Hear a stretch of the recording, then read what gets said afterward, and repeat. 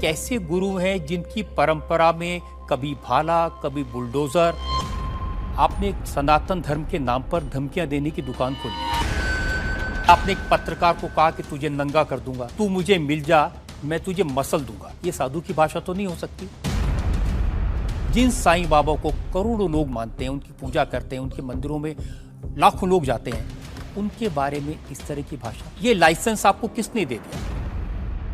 बागेश्वर धाम आने से लोगों का इलाज हो जाता है, फिर आपको कैंसर हॉस्पिटल बनाने की क्या जरूरत है? मैं तो सोच रहा था कि आपको पहले से पता होगा कि मैं क्या पूछने वाला हूँ। आप कहते हैं कि मैं अब बुलडोजर खरीदने वाला हूँ, हिंदुओं एक हो जाओ, पत्थर मारने वालों पर बुलडोजर चलाओ। ये भी हमारा अहिंसात्मक बयान है, पूर्ण अहिंसात्मक। बुलडोजर कब से अहिंसात्मक हो गया? राम की यात्रा पर कोई पत्थर फेंकेगा तो बचाने के लिए भाई बुलडोजर खरीदो। ये कैसे गुरु हैं जिनकी परंपरा में कभी भाला कभी बुलडोजर और फिर कहते हैं मैं अहिंसा की ये बात हमारी करता हूं। ऋषि परंपरा है, ये भगवान राम की परंपरा है। अच्छा, भगवान राम के टाइम पर बुलडोजर आते थे। आप लोगों से कह रहे हैं कि आपके पास जितना चाहे दान दे दो, अपना मकान दे दो, फ्लैट दे दो, बंगला दे दो, घोड़ा दे दो, गाड़ी दे दो, सोना चांदी, बैंक, एफडी, मंगलसूत्र, अंगूठी, लुगाई लड़का छोड़ के सब मुझे दे दो।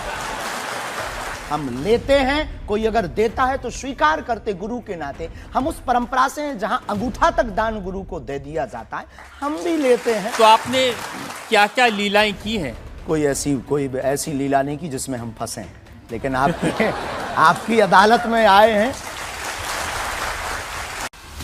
ब्राह्मण समाज पर कमेंट करने वाले एक व्यक्ति को आपने कहा मूर्ख, ठठेरी के बरे, नकट्टा। स्वभाव सनातनी हिंदू होने के नाते वो लहजा निकल जाता है और सठे साठ्यम समाचरी। आपने कहा संत तुकाराम की लुगाई रोज उन्हें मारती थी, रोज पीटती थी डंडे से, तो किसी ने उनसे पूछा तुम रोज लुगाई से पिटते हो, शर्म नहीं आती? आपको नहीं लगता कि संत तुकाराम जैसे महान संत के बारे में ये कह दिया, उसके लिए हमने गलती माननी चाहिए? बिल्कुल, हमने सहर्ष क्षमा भी मांगी और आज भी कहते हैं।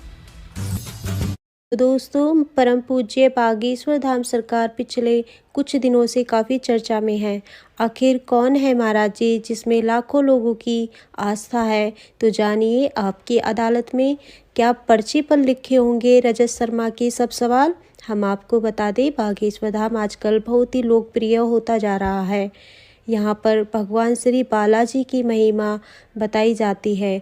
बागेश्वर धाम में जो भी श्रद्धालु आते हैं उसकी सभी मनोकामनाएं पूरी हो जाती है। बागेश्वर धाम महाराज जी की महिमा अपरंपार है। तो दोस्तों, आपकी अदालत में महाराज जी अपने ऊपर लगाए सारे आरोपों का जवाब देंगे और रजत जी द्वारा पूछे गए तीखे सवालों का भी जवाब देंगे। बागेश्वर धाम सरकार के परम पूज्य महाराज जी चमत्कारों पर सवाल उठाने वालों का भी जवाब देंगे। जय श्री राम, जय बागेश्वर धाम सरकार की।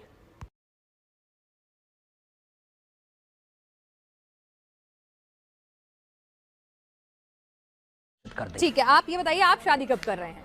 आज सोशल मीडिया पे आप खूब ट्रेंड में छाए हुए हैं, सब पूछ रहे हैं धीरेन्द्र कृष्ण शास्त्री जी ने कि आपने लिए बहन आप हमारी बारात में आना, हम बहुत जल्दी विवाह करेंगे। लेकिन वायरल बहुत हो रहा है कि आपको लेकर, एक साध्वी जी को लेकर खूब वायरल होती रहती हैं खबरें, खूब बातें होती रहती हैं कि फाइनल हो चुकी हैं बातें। क्या है, क्या उस पर कुछ आप बोलना चाहेंगे? नहीं, ऐसा कुछ भी नहीं है, ऐसा कुछ भी नहीं है।